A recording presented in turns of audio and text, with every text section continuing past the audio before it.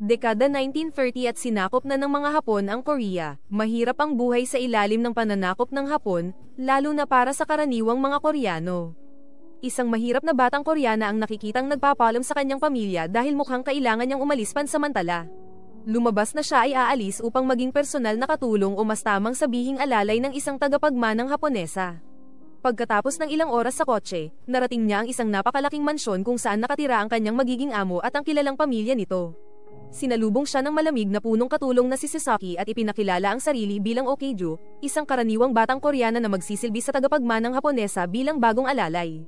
Ipinakita ni Sasaki sa kanya ang paligid ng eleganteng mansyon na may estilong kanluraning Hapones at ipinaliwanag ang mga pangunahing alituntunin. Ang pangunahing gawain niya ay tumulong sa anumang kailangan ni Lady Hideko sa kanyang pang-araw-araw na buhay. Dahil gabi na, dumiretso siya sa kama at nagplano na ipakilala ang sarili kay Lady Hideko kinabukasan. Biglang narinig ni Okeijo ang isang matinis na sigaw sa kalagitnaan ng gabi, tumakbo siya mula sa kanyang maliit na tulugan patungo sa pinagmulan ng tunog. Lumabas na si Lady Hideko ay nagkaroon ng bangungot, mukha siyang takot at sinabi kay Okeijo ang tungkol sa kanyang baliw na tiyahin na nagbigti sa malaking puno ng cherry sa tabi ng mansyon. Kahit ito ang unang beses na makilala si Lady Hideko, sinubukan niyang kalmayan ang kanyang amo at ibalik ito sa pagtulog. Sa umaga, isa sa mga ibang katulong ang nagbiro sa kanya sa pamamagitan ng pagtatago ng isang pares ng kanyang sapatos, dahil dito, isang sapatos lang ang suot ni Okeijo. Nang formal na ipakilala ang sarili kay Lady Hideko sa unang pagkakataon, ang takot na batang babae na kanyang pinakalma pabalik sa kama ay ngayon mukhang isang maayos, elegante at kaakit-akit na dalaga. Ipinakita ni Okeijo kay Lady Hideko ang isang liham ng rekomendasyon mula sa kanyang huling amo upang ipakita kung gaano siya kahusay. Hiningi ni Lady Hideko na basahin niya ang liham. Ngunit sa kabila ng kakayahang magsalita ng parehong Koreano at Hapones, si Okeijo ay hindi marunong magbasa. Medyo nag-aalala si Okeijo, ngunit hindi ito alintana ni Lady Hideko. Kailangan lang niya na laging maging tapat si Okeijo sa kanya. Matapos mapansin na isang sapatos lang ang suot ni Okeijo, binigyan siya ni Lady Hideko ng bagong pares ng sapatos mula sa kanyang koleksyon. Pagkatapos noon, pumunta si Lady Hideko sa kanyang sesyon ng pagbabasa at sinabihan siyang pumunta sa kanya sa tanghali. Iniisip ni Okeijo na ang malamig ngunit elegante at nag-iisang prinsesa na si Lady Hideko ay may itinatagong mabait at mapag-alaga na kalikasan. Habang nag-iisa, naging mas mausisa siya at inikat ang silid ni Lady Hideko. Sinubukan niya ang iba't ibang damit at naglaro ng iba't ibang aksesorya ng maingat. Mukhang nasisiyahan siya sa kanyang bagong kapaligiran sa trabaho. Ayon sa utos, huminto si Okeijo sa paglalaro sa tanghali at pumunta sa silid ng pagbabasa upang makipagkita kay Lady Hideko. Nakita niya ang amo ng mansyon sa unang pagkakataon, na si Uncle Kozuki. Siya ay isang eksentrikong tao na may itim na dila dahil sa kanyang ugali ng pagdila ng tinta. Hindi tulad ni Lady Hideko na purong Haponesa, si Uncle Kozuki ay talagang mula sa Korea. Ngunit nagpakasal siya sa yumaong baliw na tiyahin ni Lady Hideko na nagbigti sa puno ng cherry. Dahil sa kawalan ng yumaong magulang ni Lady Hideko, si Uncle Kazuki ang naging amo ng mansyon kahit na si Lady Hideko ang tunay na tagapagmana. Bilang isang lalaking Koreano na tumulong sa mga Hapon na sakupin ang Korea, binigyan siya ng mga Hapon ng kontrol sa isang minahan ng ginto. Ginamit niya ang kayamanang ito upang pakainin ang kanyang pagkahumaling sa mga mamahaling bihirang libro at manuskrito. Pagkatapos ng kanyang sesyon ng pagbabasa, inaasahan ni Lady Hideko ang isang mahalagang bisita, kaya't hiniling niya kay Okeijo na ihanda siya ng mainit na paliguan upang mag-refresh. Habang tinutulungan siyang maligo, napansin ni Okeijo kung gaano kaganda si Lady Hideko at naakit siya rito.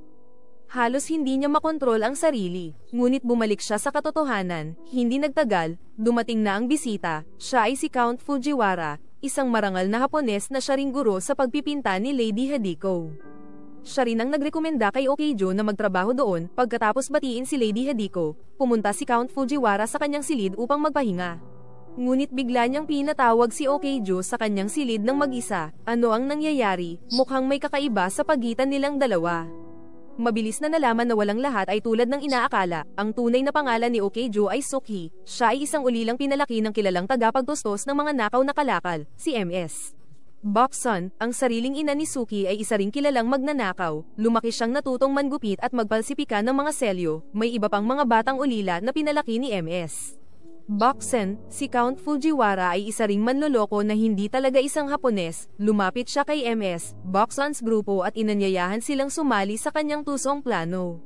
Natukoy niya ang isang tiyak na nag-iisang tagapagmanang Haponesa, si Lady Hideko, na nais niyang pakasalan upang manahin ang kanyang kayamanan. Hiniling niya kay Suki na magpanggap bilang alalay, maging tainga niya, at dahan-daang hikayatin si Lady Hideko na umibig kay Count Fujiwara. Pumayag si Suki na sumali sa kanyang plano kapalit ng bahagi ng mana. Pagkatapos makuha ni Fujiwara ang mana, plano niyang ideklara na baliw si Lady Hideko at ipadala siya sa mental asylum. Mukhang masama ito sa kanila, ang mga Hapon ay mga mananakop na nagpapahirap sa kanila, kaya't ito ay isang maliit na ganti lamang. Sa loob ng silid, sinabi ni Count Fujiwara kay Saki na ibigay ang isang kahon kay Lady Hideko. Sa loob nito ay isang magandang asol na hako at isang personal na liham. Ito ay isang regalo upang subukang palambutan ng puso ni Lady Hideko. Pagkatapos matanggap ito, isinuot ito ni Lady Hideko sa hapunan, na nagpapaganda sa kanyang eleganteng puting damit. Si Saki mismo ay hindi mapigil ang humanga sa kagandahan ni Lady Hideko. Pagkatapos ng hapunan, medyo nalasing si Lady Hideko, nagayos siya, nagsuot ng eleganteng itim na damit, at pinasuot ang asol na hako kay Saki, na nagpapaganda sa kanya. Nag-e-enjoy si Saki sa ganitong bahagi ni Lady Hideko at nakikisama sa kanyang amo. Ang ugnayan na nabuo niya kay Lady Hideko ay nagbigay kay Saki ng pag-aalinlangan sa plano. Ngunit sinubukan niyang manatili dito, hanggang sa isang araw, aksidente niyang nakita sina Count Fujiwara at Lady Hideko na naghalikan sa kagubatan. Sa hindi malamang dahilan, nalito siya at medyo nasaktan ang kanyang damdamin, mabilis siyang bumalik sa kanyang silid. Sa gabi, hiniling ni Lady Hideko kay Saki na samahan siya sa kama. Sinabi niya kay Saki na nag-propose sa kanya si Count Fujiwara kanina, ngunit hindi niya alam kung paano tutugon. Agad na naisip ni Saki na ito ay noong naghalikan sila sa kagubatan, hindi sigurado kung paano tutugon, maingat na lumapit si Saki. Tinanong ni Lady Hideko kung may karanasan si Saki sa mga lalaki at hiniling na turuan siya, natutokso ng kanyang pagnanasa. Hinalikan ni Saki si Lady Hideko sa labi upang gabayan siya sa mundo ng mga matatanda. Hinawakan niya siya, niyakap siya, at nagpatuloy ang mga bagay-bagay, nawala ang kanilang kontrol at nag-enjoy sa isa't isa sa buong gabi. Isang ipinagbabawal na kilos sa pagitan ng isang alalay at ng kanyang amo. Kinabukasan, patuloy pa rin si Count Fujiwara sa kanyang pagsisikap at naging mas matapang. Marahil nakita niya ang halik kahapon bilang positibong senyales at plano niyang sakupin si Lady Hideko. Alam ito ni Saki at pinigilan ito. Siyempre, nagalit ito kay Count Fujiwara. Ipinaalala niya kay Saki ang plano at ang matamis na gantimpala sa dulo. Bagaman tila hindi sigurado ngayon, sumang-ayon si Saki na ipagpatuloy ang plano basta't hindi masyadong lumampas si Count Fujiwara sa kanyang pagnanasa kay Lady Hideko bago matulog. Iniisip ni Saki na mas mabuti kung tatanggapin ni Lady Hideko ang agad. Bago pa man masira ni Count Fujiwara ang kanyang kalooban, pumunta siya kay Lady Hideko at iminungkahi na tanggapin ang alok, ngunit ngayon, tila hindi na masyadong nababahala si Lady Hideko sa alok. Sinabi niya na masaya na siya basta't kasama niya si Saki sa mansyon. Tinanong niya si Saki kung dapat pa rin niyang tanggapin ang alok kung in love siya sa ibang tao. Ngayon, hindi sigurado sa tanong, hinikayat ni Saki na tanggapin ang alok, mas mahirap, tila nadismaya si Lady Hideko sa reaksyon ni Saki. Sinampal niya si Saki at pinalayas siya sa kanyang silid. Kinabukasan, sa wakas ay nagpa siya si Lady Hideko na tanggapin ang alok ni Count Fujiwara. Masaya tungkol dito, pinaplano ni Count Fujiwara ang kasal. Agad, tumakas si Lady Hideko, kasama si Saki, mula sa mansyon. Sa araw na wala si Uncle Kozuki para sa negosyo mula sa Korea, pumunta sila sa Japan para sa isang lihim na kasal. Habang nasa biyahe, napansin ni Saki na patuloy na nakatingin sa kanya si Lady Hideko, bagaman mahirap para sa kanyang puso, sinubukan niyang huwag pansinin ito. Sa wakas, ikinasal sina Lady Hideko at Count Fujiwara sa isang maliit, liblib, at kaina-hinalang templo sa Japan. Sa gabi, habang inihahanda ni Saki si Lady Hideko para sa kanyang unang gabi, sinubukan ni Lady Hideko na halikan siya sa huling pagkakataon, ngunit tinanggihan siya ni Saki. Tiniis ni Saki ang mapait na damdamin sa kanyang puso buong gabi habang natutulog siya sa tabi ng silid kung saan sinasakop ni Count Fujiwara si Lady Hideko. Kinabukasan, pumunta si Saki upang tingnan si Lady Hideko, galit siya sa kanyang nakita, ngunit wala nang magagawa sa nangyari na. Ang magagawa na lang niya ngayon ay maghintay na ma-certify ni Count Fujiwara ang kasal at makuha ang mana ni Lady Hideko. Habang lumilipas ang panahon, natatakot si Saki na tuluyang mababaliw si Lady Hideko. Binabantayan sila ng tagapamahala ng inn para kay Count Fujiwara, kaya't hindi opsyon ang pagtakas ng magkasama. Sa wakas, nagdala si Count Fujiwara ng isang bag na puno ng alahas at pera, isang ganap na tagumpay para sa kanilang plano. Tinanggap ni Saki ang kanyang bahagi na may halo-halong damdamin. Ngayon, ang tanging kailangan nilang gawin ay ilagay si Lady Hideko sa isang mental asylum. Hindi nagtagal, dumating ang mga psychiatrist mula sa mental asylum upang kapanayaman si Saki. Tinanong nila siya tungkol sa kalagayan ni Lady Hideko. Sa pagtutulungan ni Count Fujiwara at Saki, magiging madali ang pagkumbinsi sa kanila. Gumagana ang kanilang plano at ngayon ay nasa labas na sila ng mental asylum. Niyakap ni Saki si Lady Hideko sa huling pagkakataon habang naririnig niya ang sigaw mula sa loob ng mental asylum at nagulat. Tumalon siya ng ilang hakbang pabalik na may walang laman na tingin, walang kaalaman sa kahit ano. Siya ay naging biktima ng tusong plano ni Count Fujiwara at Saki. Ngunit totoo ba ito? Sa hindi inaasahang pagkakataon, sa halip na hulihin si Lady Hideko, sinubukan nilang dakpin si Saki. Akala nila si Saki ay si Lady Hideko. Sinusubukan niyang ipaliwanag sa kanila na hindi siya si Lady Hideko, ngunit si Count Fujiwara at Lady Hideko ay nakatayo lang doon at pinadakip si Saki sa pangalan ni Lady Hideko. Agad niyang napagtanto na siya ay pinagtaksilan ni Count Fujiwara at marahil ni Lady Hideko rin. Ngunit totoo ba ito? Upang matuklasan ang katotohanan, balikan natin ang ilang hakbang. Namatay ang ina ni Lady Hideko pagkatapos lamang niyang ipanganak. Walang ama, siya ay mahigpit na pinalaki ni Uncle Kozuki. Siya ay isang Koreano na ikinasal sa kapatid ng kanyang ina. Si Uncle Kozuki ay nahuhumaling sa mga bihirang libro, ngunit hindi lang basta bihirang libro, partikular siyang nakikitungo sa mga bihirang erotikong sining at teksto. Ang karaniwang sesyon ng pagbabasa ni Lady Hideko kasama ang kanyang tiyuhin ay sa katunayan pagtuturo sa kanya na magbasa ng sadistikong pornografiya mula pa noong siya ay 5 taong gulang. Erotiko, upang makakuha ng nakatagong pondo, nagdaos siya ng mga auction para sa mga libro at sining, kung saan binabasa ng kanyang tiyahin ang mga erotikong libro sa mga kolektor. Nagbebenta rin siya ng mga peking kopya upang makalakam ng pera at mga libro pa. Isang araw, nahuli ni Uncle Kozeki ang kanyang tiyahin na nagtatangkang tumakas. Kaya't pinahirapan niya ito sa isang lihim na silid ng pagpapahirap sa basement. Ang psikolohikal at pisikal na pang-aabuso ay unti-unting sumisira sa katinoan ng tiyahin ni Hideko, na sa huli ay natagpuang nakabitin sa isang puno sa bakuran. At kaya't si Lady Hideko ang pumalit bilang mambabasa para sa mga auction. Plano rin ni Uncle Kozuki na pakasalan ang kanyang sariling pamangkin. Nang dumating ang oras upang makuha ang pera ng mana, unang binalak ni Count Fujiwara na isagawa ang plano ng mag-isa. Nilapitan niya si Uncle Kozuki sa isa sa kanyang mga auction at nagpakilalang isang marangal na Hapones na may kasanayan sa peking sining. Kaya't kinuha siya ni Uncle Kozuki upang magpanggap na sining para sa kanya. Pagkatapos ay hinikayat niya si Uncle Kozuki na payagan siyang maging guro ng pagpipinta para kay Lady Hideko. Ngunit pagkatapos makipag-ugnayan kay Lady Hideko, napagtanto niyang hindi siya inosente at matigas ang puso, walang pagkakataon na mapasagot siya nito. Kaya't sa halip, nilapitan niya si Lady Hideko at sinabi ang katotohanan. Nagpanukala siya ng plano upang ilayo siya sa mapang-abusong buhay na ito. Magdadala siya ng isang inosenteng babae na papasok bilang isang alalay at linlangin siya sa pag-aakalang siya ang gumagawa ng panloloko.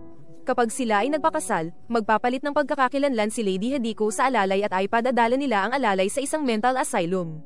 Ito ay magbibigay kay Lady Hideko ng kanyang kalayaan kapalit ng buhay ng alalay, pagkatapos ay hahatiin ng pera ng mana kay Count Fujiwara. Sa pagkarinig ng ganitong perpektong plano, pumayag si Lady Hideko. Simula nang dumating si Saki sa mansyon, kumikilos na si Lady Hideko upang kondisyonin ang kanyang isipan sa paniniwala sa peking plano. Ipinapakita niya ang lahat ng kanyang damit at alahas kay Suki upang gawing mas mapaniwala. Inutusan ni Fujiwara si Lady Hideko na magpanggap na inosente ngunit mag-atubiling umibig sa kanya. Ito ay upang matiyak na abala si Suki sa kanyang gawain na maglaro ng Cupido, ngunit sa hindi inaasahang pagkakataon, nagkaroon ng chemistry sina Lady Hideko at Suki. Nagkagustuhan sila sa isa't isa, isang ipinagbabawal na damdamin para sa isang amo at kanyang alalay. Lumabas na noong gabing sinampal ni Lady Hideko si Saki, sinubukan niyang sundan ang kanyang tiyahin at sinubukang magbigti sa parehong puno kung saan nawala ang katinoan ng kanyang tiyahin. Sa kabutihang palad, napansin ito ni Saki at pinigilan ang kanyang hanggal na gawain. Sa gitna ng sandali, naglakas loob si Saki at inamin ang kanyang tunay na damdamin kay Lady Hideko. Sinabi rin niya ang tungkol sa plano ni Count Fujiwara. Ngayon na siya ay natutuwa na marinig ang tunay na damdamin ni Saki. Naglakas loob din si Lady Hideko at inamin ang kanyang damdamin kay Saki. Bukod pa rito, sinabi rin niya kay Saki ang tunay na plano ni Count Fujiwara. Nagpasya silang kunin ang mga bagay sa kanilang sariling kamay. Sinimulan nila sa pamamagitan ng pagsira sa lahat ng mga sinumpang koleksyon ni Uncle Kozuki. Pagkatapos nito, sumabay sila sa plano ni Count Fujiwara sa paglalakbay mula Korea patungong Japan. Sila ay nagkunwaring nagmamahala ng lihim at para sa kapakanan ng ating katinoan, ang dugo sa unang gabi ng kama ni Lady Hideko ay peke lamang na dugo. Upang paniwalain si Count Fujiwara na sinusubukan pa rin nilang linlangin si Saki ay dumating din sa asylum na handa. Nag-stage siya ng sunog at tumakas sa gitna ng kaguluhan. Samantala, naniniwala pa rin na nagtagumpay ang kanyang plano, dinala ni Count Fujiwara si Lady Hideko sa isang marangyang hapunan. Nag-propose siya sa kanya ng totoo ngayon, ngunit si Lady Hideko ay nagpakipot at nag-arte ng kaakit-akit, inaakit niya siya sa hotel at nilagyan ng matapang na opyo ang kanyang alak.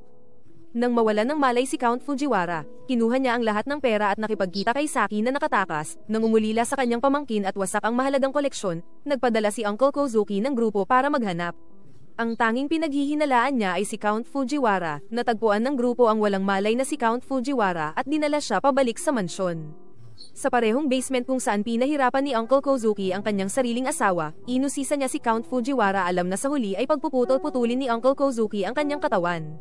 Higit pa rito, simula sa kanyang pribadong bahagi, nilinlang niya si Uncle Kozuki na payagan siyang manigarilyo sa huling pagkakataon, may 3 berdeng sigarilyo sa kanyang lalagyan na may lason na mercury. Ang lason na mercury na gas ay nagligtas kay Count Fujiwara mula sa pagpapahirap na kanyang mararanasan at pinatay silang dalawa. Malayo mula doon, peke ang pagkakakilanlan ni Saki at Lady Hideko at tumakas patungong Shanghai. Sa lahat ng mana na buo at ang kanilang bagong kalayaan, natagpuan nila ang tunay na kaligayahan sa isa't isa. Ang kawalan ng pag-asa ay nagbubunga ng katapangan, hindi madali ang pagsuway, at hindi garantisado ang kalayaan. Ang pag-ibig ay pumupukaw sa atin, hinihikaya tayo, pinapalakas tayo at pinapasaya tayo ng sabay-sabay. At iyan ang tungkol sa buhay. Sa tingin mo ba ay natagpuan na ni Saki at Lady Hideko ang kanilang tunay na kaligayahan? Ipaalam sa amin sa seksyon ng komento sa ibaba.